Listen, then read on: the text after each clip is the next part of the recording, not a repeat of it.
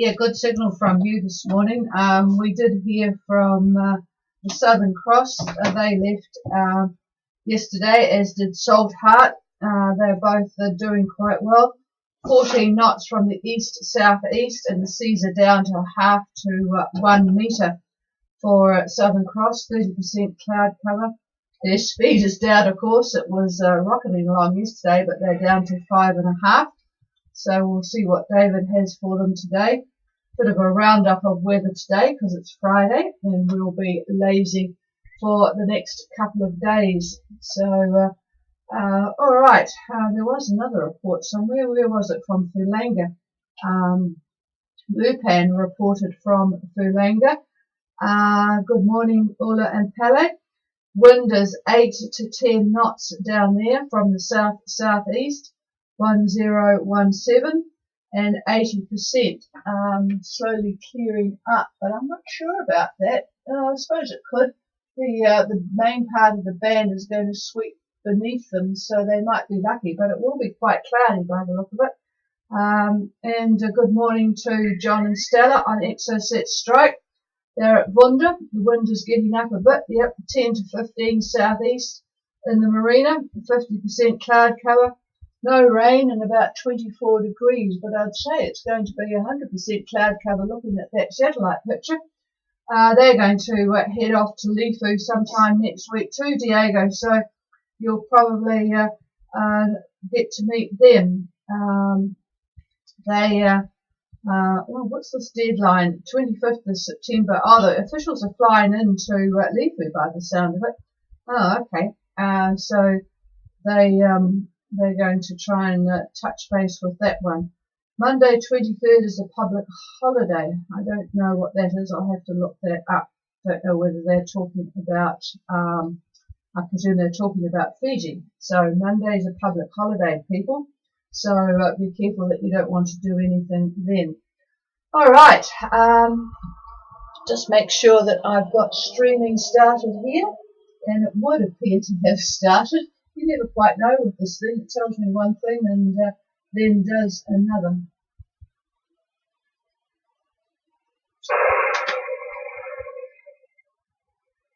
Yep, seems to be. All right. Well, good morning, everybody. Oh, my goodness, I've just looked out the window, and before I said it was 90% cloud cover, but now it's clearing off. I did think it was pretty low and might clear off once the sun started to do its thing. 13 degrees, 1-3. I tell you what, folks, it's not getting very much better here, but 13 degrees is better than 11 degrees yesterday. You can show that we are on a positive trend here.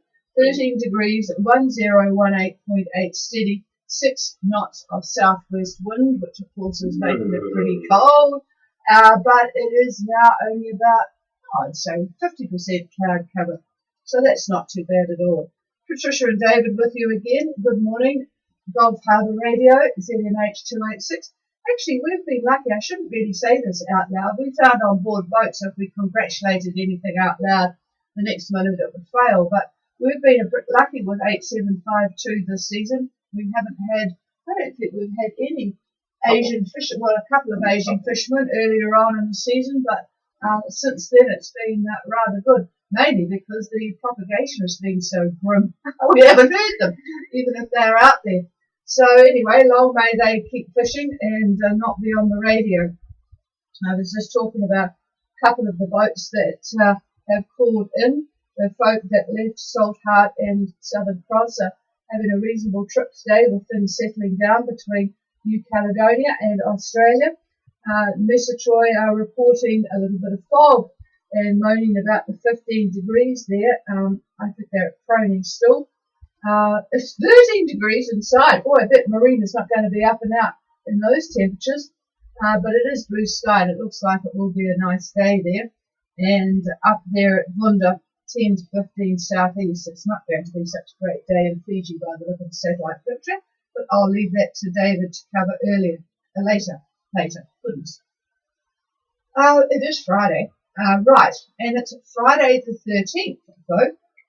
I thought that I would look up all of these, because we always thought that leaving on passage on a Friday was not very good. But I tell you what, when you go onto the internet to look at mariners' problems with Friday the 13th, there isn't really much there.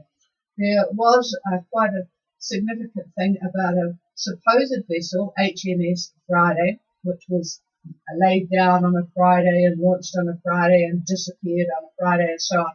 But evidently that particular vessel did not exist. It was all just a big rumour.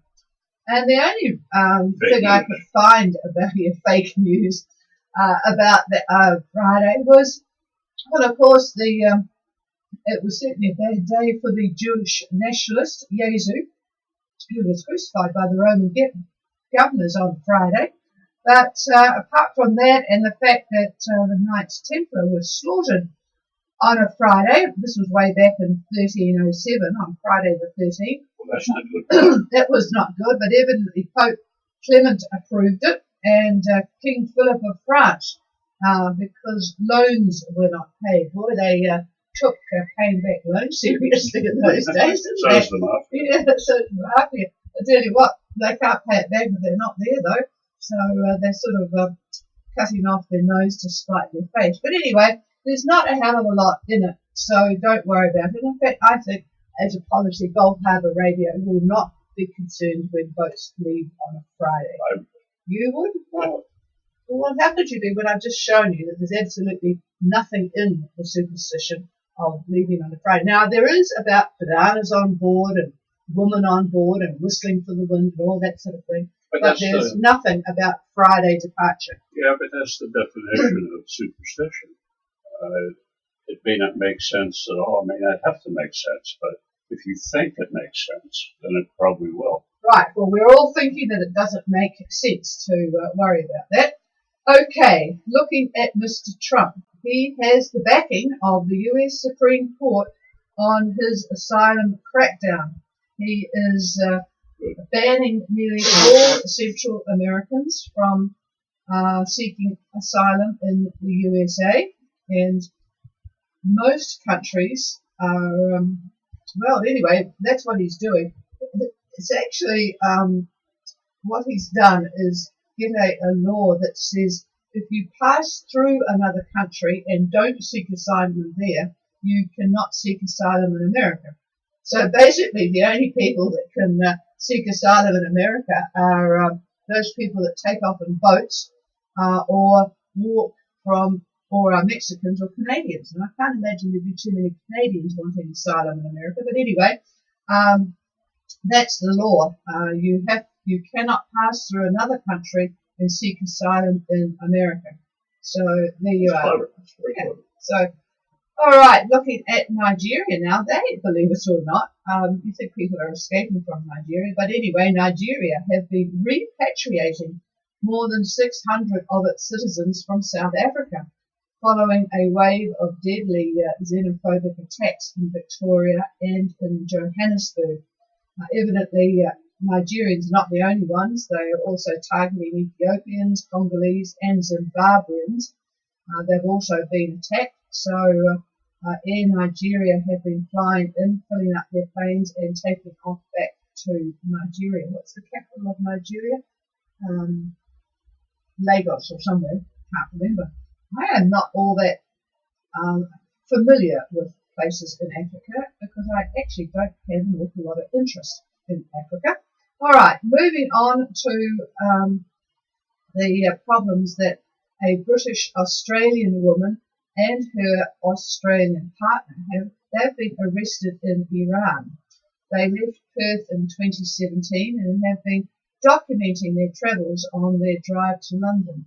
Now, this is what we used to do 50 years ago. When I left university, I was one of the few that did not do the overland OE. That's what we called it, the overseas experience, the OE to the UK. It was sort of a rite of passage. You finished your studies and then you jumped in a VW van or whatever it was that you could find and you arrived and started driving to the UK. You had to avoid a few skirmishes like the Vietnam War and pirates in the Philippines and so on, but if you kept south for a while through Asia and then went up, they had magnificent trips right through places like Afghanistan and Iran and so on, but not so these days. It seems this particular couple flew a drone without permission, and they have been thrown in a notorious prison. They've been there for about 10 weeks, and now the Prime Minister of Australia is getting involved to try and do something about it. There is another woman there. She's an Australian Brit. She's also been jailed for 10 years, but nobody knows the charges. So you really do have to be very sensitive.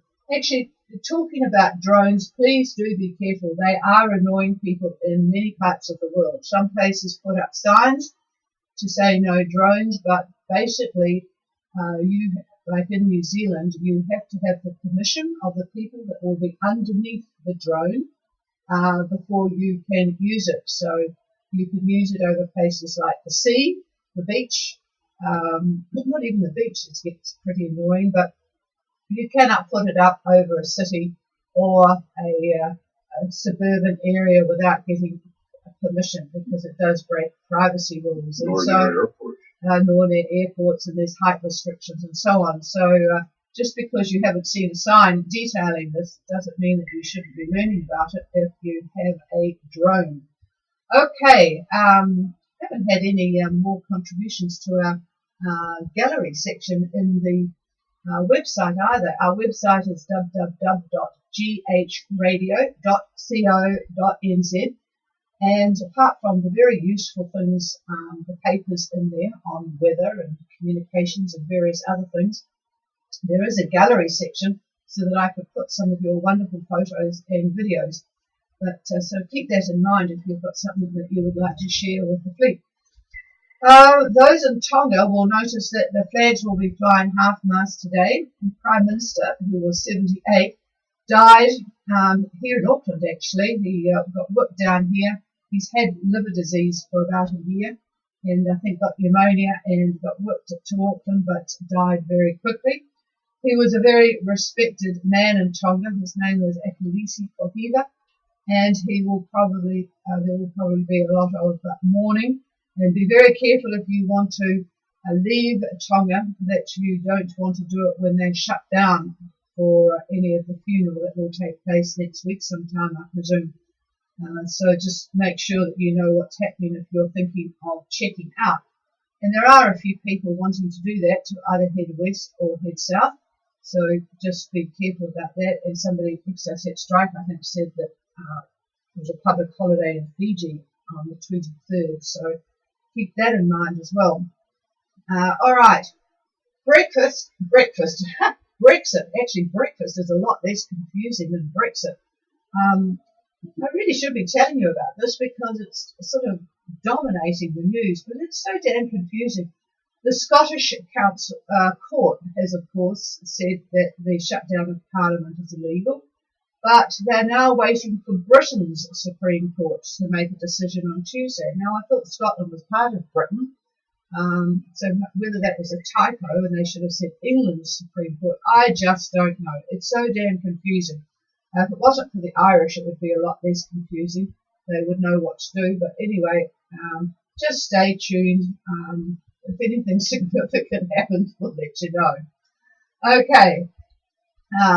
Just a confirmation. Purdue Pharma, they are the manufacturers of OxyContin. It looks like that they, and the members of the Sack family who own the firm, they have reached, believe it or not, a tentative deal with the states and local governments in the United States to pay a settlement of $12 billion over their role in the opioid crisis. $12 billion. It's amazing that a company, they must make an awful lot of money out of OxyContin to be able to pay a $12 billion fine.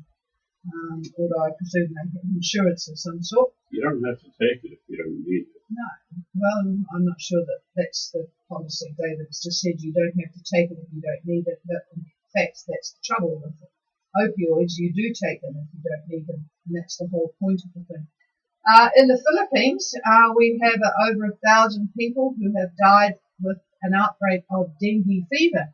Now, I haven't heard about any dengue problems in our part of the world there, so just do as the weather warms up, though, do be cautious because there have been some significant dengue outbreaks in South Pacific Islands in years past in the summertime, but usually you're home by the time they become a problem. But not a good idea to be on shore at twilight when the mosquitoes are out. In the Philippines, more than a third of those that have died with dengue fever are under 10, children under 10. Vaping. The FDA is developing guidelines to ban all e-cigarette flavors apart from tobacco. Now, the whole idea with vaping was to take people off nicotine with cigarettes, but of course they developed them to have wondrous flavors. Evidently, the mango one is a real hit. Michigan has already banned flavored vaping, so there have been a lot of respiratory illnesses which they are relating to vaping, and quite a few deaths. So that's what's going on there. I'm not sure what the situation is in New Zealand. I still see that they are available in the local dairies and things, so vaping is still okay here. I'm not sure about the flavour side of things. The fires, the fires in the Australian Sunshine Coast really have been bad. They're still going. There's about 70 of them still going. 36,000 hectares has been burned, 17 homes lost, and boy, they're pretty bad. But the police in this last town that got destroyed managed to get everybody out. Evidently, the older people won't move. I suppose it would be difficult when you know damn well it's going to be really hard to start again to walk out of your home, but they did get everybody out, going into some pretty bad conditions, the police, to get people out. Finishing on a good note, a tornado hit a Sioux Falls hospital, bang smack, and they had a 10-minute warning, but evidently they were highly trained and they got absolutely everybody to the centre of the hospital in that time before it hit. So that was a pretty good result, wasn't it? Okay, let's have a look at the streaming before I pass the microphone. What are we? Local talents are going to move south from Ludenville to Port Stanley tomorrow. It's a bit drizzly there. I would have thought. Oh, look at it. Yes, look at it. Yes, 102 isn't looking very good. Hopefully that will move off. Denarelle was to report 50% cloud cover, 1015.5 and 27 degrees. And the public holiday, I thought I might have mucked that up. It's in New Caledonia, not Fiji. So anybody in New Caledonia who wants to contact people, they take their public holidays very seriously. So make sure you're not trying to do that at the wrong time. And Ambrym, I haven't heard from Ambrym for a while. Good morning. Winds gusty on the lee side of the island, 100% cloud cover, 23 degrees, 1013. Probably won't change too much, but we'll wait and see what David has to say. It is 7:30, so I better pass the microphone. Here he is. Oh, that's a very good report. Okay, well, good morning, everyone. And the week has flown by, actually. And I think we're going to stick with the upper levels first. As for this week, at least, they've played a major role in what weather we've had virtually everywhere in the Southwest Pacific. Now, the 250 millibar jet, and that's about where we find the jet in this part of the world, about 250 millibar. That is nearly in the same place and same orientation as it was yesterday. The upflow area, the area that encourages surface air to rise, is helping to maintain the trough that we've got over the loyalties and good old Vanuatu, as Trish has just mentioned. The 500 shortwave trough is also a player, while we have a second shortwave that's swinging onto the Tasman, not yet in phase with the first one, which is good. But this second shortwave is definitely churning up the Tasman with a whole series of fronts, and one of these cold fronts is nearing the upper South Island, uh, by lunch and probably getting to Cook Strait by around midnight. So it's slowly working its way up towards us here at Gulf Harbor. The Wheat Ridge, running west to east, the axis roughly 25 south. It's been like that for a day or so now. That continues. Looks like it'll continue through Saturday, which is what is the date today? 13th. 13th, of course, it's 13th. Yeah. Okay. Well, anyway, Saturday it will continue to do what it's doing. However, the eastern portion is what we call budding. It buds. In other words, a new high, it's like having a baby. A new high is formed, and the center is going to be about 33 south and 160 west. So it's a new center of circulation, anticyclonic circulation. And it'll be roughly 1024 millibar, the central pressure, 1024. Now, this coming Sunday, cyclonic flow definitely finds New Zealand due to the short wave and associated convective activity that goes along with it. And it's also going to find Fiji and Tonga as well. Now, this looks to develop into a depression centered near 27 and 175 west.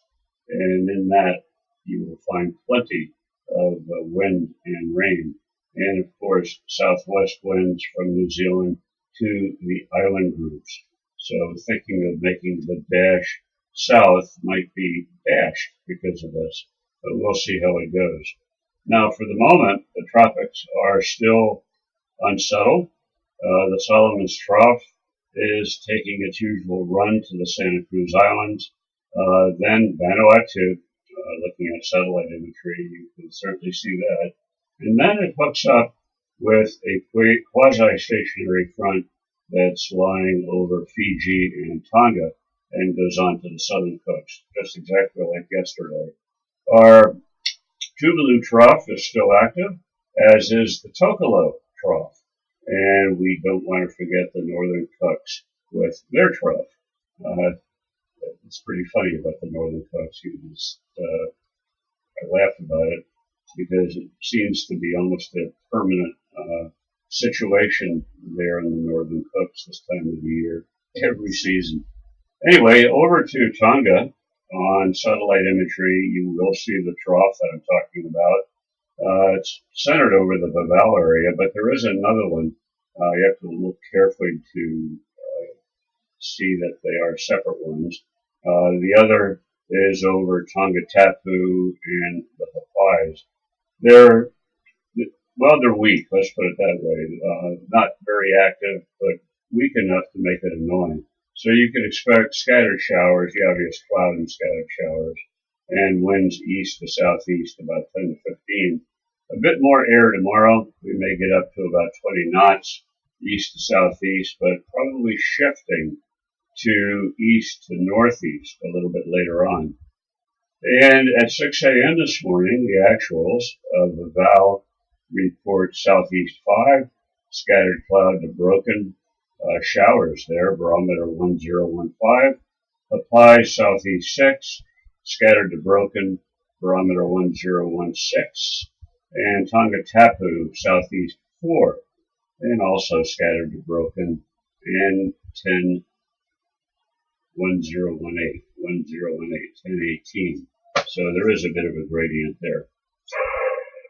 And over to Fiji now, where we find our trough still affecting the group. It's weak, just like Tonga, but still expect cloudy periods and scattered showers. And we very easily could see thunderstorms later on today as things start to heat up. Similar conditions tomorrow, maybe a little bit more areas of fair conditions, mostly in the morning, and the convective activity possibly increasing in the afternoon, which is very typical in the tropics as the temperatures increase. Winds by lunch, east to southeast, getting up to about 20 knots, a little bit of breeze out in the open water. Southwest Beatty Lagoon could see more, possibly getting up to about 25. And we'll see a wind shift on Saturday. Northeast winds about 10 to 15 for most areas. Sunday, another change, north to northwest, 10 to 15. We may even see westerlies near the Muscat Cove area. Monday, another shift to southerlies. So expect trophic conditions throughout this time period. Now, south of Fiji, as I mentioned, a depression it's warming up in the bullpen. For those of you who follow baseball, it is developing, and it's developing quite rapidly, and it should move fairly quickly off to the southeast. So while it's going to be a pain for anybody thinking about leaving, it hopefully will move off and not create too much of an issue. We'll have to see what it really does. And over to Port Vanuatu, satellite imagery definitely shows a heavy band all up and down the chain. So expect rain and showers. Some of the rain will be light, some will be heavy. Moderate to fresh south to southeast winds. Southern Vanuatu temperatures, the temperatures now, could get down to 17 C. Chilly, very chilly. So with northern and central areas wind-wise, 20 to 25 knots, the seas are probably going to get up to about 2.5 meters. And the southern bits will be looking at 15 to 20 knots and about 2 meter seas. And of course, you will have poor visibility if we are under some of these heavy downfalls. Sunday, expect southeasterlies about 15 to 20. More like 20 knots in the north. And Monday, pretty much the same, although Anishin probably southeast, slightly different direction for Anishin. And lastly, for New Caledonia, well, the trough can't quite make up its mind. First, it goes up to the north and it comes back south. Now it's gone back up to the north again. The southern edge of it is just tickling the Loyalty Islands and, of course, hammering Vanuatu. But Grand Terre and the southern lagoon looks quite nice on imagery. So those of you that have access to the internet can certainly see that. So far, our area, meaning the southern lagoon, by lunch, you can expect east to southeast winds in the 10 knot range. Very lovely conditions, really. Maybe east-northeast for Ile de Pan. Saturday, boy, oh boy, it could be back to showers again on Saturday. We'll just have to wait and see. Southeast winds then still around the 10 knot area. By dinner, if we do have showers, but by dinner it should ease off. So we'll hope that's the case. Now by Sunday, we could be looking at southerlies, about 5 to 10 knots, and Monday a shift to the southeast, 10 to 15 knots. So that's your lot for today and the weekend, and hopefully whatever you have for weather, you'll enjoy yourselves. At least it's warm, mostly. And any questions or comments, come down. And here's the boss. Yeah, good morning, Catherine, the Southern Cross, and I will just remind David where you are so that he can look ahead for you. It might not be what you were asking, but he needs to know. Be reminded anyway. So, Southern Cross at the moment. I'm just waiting for the report to come on my. Oh, it's a very slow computer today. I'm not sure why. Anyway, go ahead with your question, Catherine.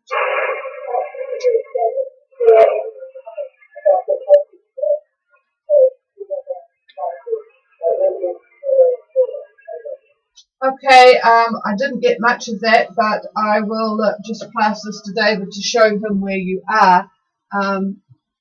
There, and that's the report. And you have now changed your destination to Bundaberg. Got that? So could you just clarify what your question might be, over?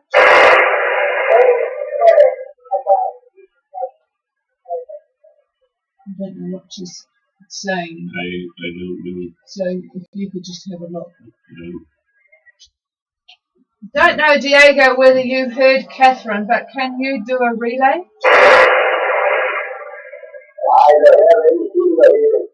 Yeah, she's too close to you, probably. Anyway, we'll pass the microphone and David will have a bit of a chat and see if that covers it.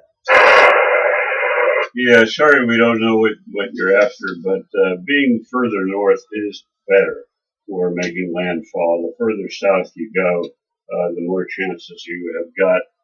There is a trough that's going to be running, as an example, from New Zealand to the Sydney area, maybe the Brisbane area, by Tuesday, and that means it's going to be pulling winds north of that area out of the north. So there will be northerlies along the coast.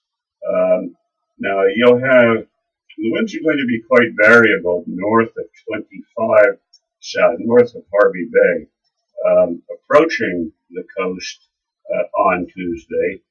You'll have essentially easterly quadrant at about 23 south. You get down to 25 south, and it looks like it could be north to north-northwest, but fairly light. It looks like maybe 5 to 10 knots. The further south that you go, the stronger the winds get. So by changing your destination to a further north area is probably a good idea. Best to get the shortest route to the mainland, and then you can work your way south when the weather is appropriate. A lot of the people that try to head way south early on sometimes get hammered by these troughs, which affect that part. So I don't know. Hopefully that's what you want.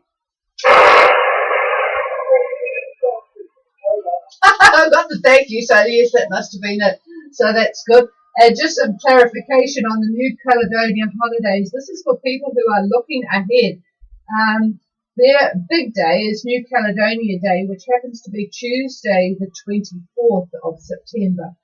Now, because it's a Tuesday, they very sensibly know that everyone's going to be taking a sick day on Monday, so they've made that a public holiday as well. I think it's the summer equinox or something like that. So in New Caledonia, if you are looking to check out, 23rd and 24th is a public holiday, so you'll need to put that into your considerations. They are very, very relaxed there. I mean, if you wanted to leave somewhere then and checked out a few days earlier, not a worry.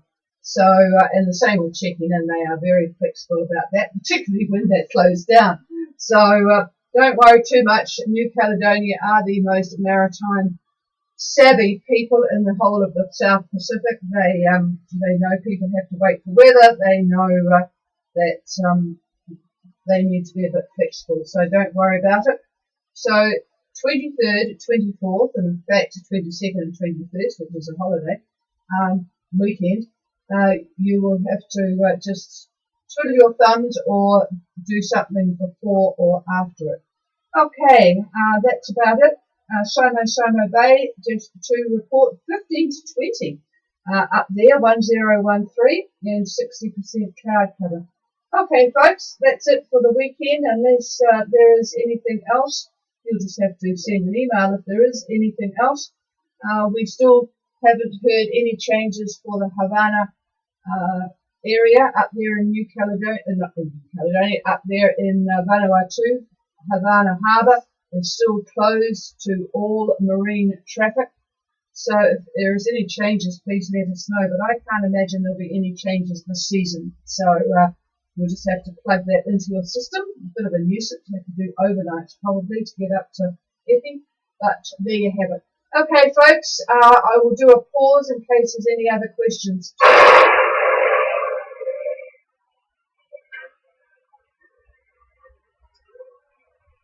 Nothing heard. We don't have any clue as to whether we're being heard at this time of the year in Tonga or Fiji, so do let us know if you're struggling.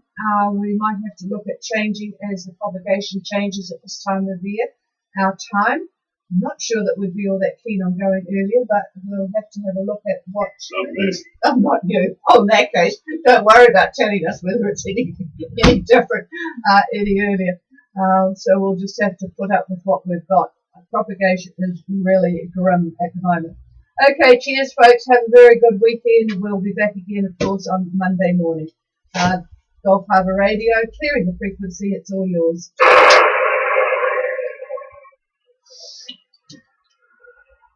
Good job.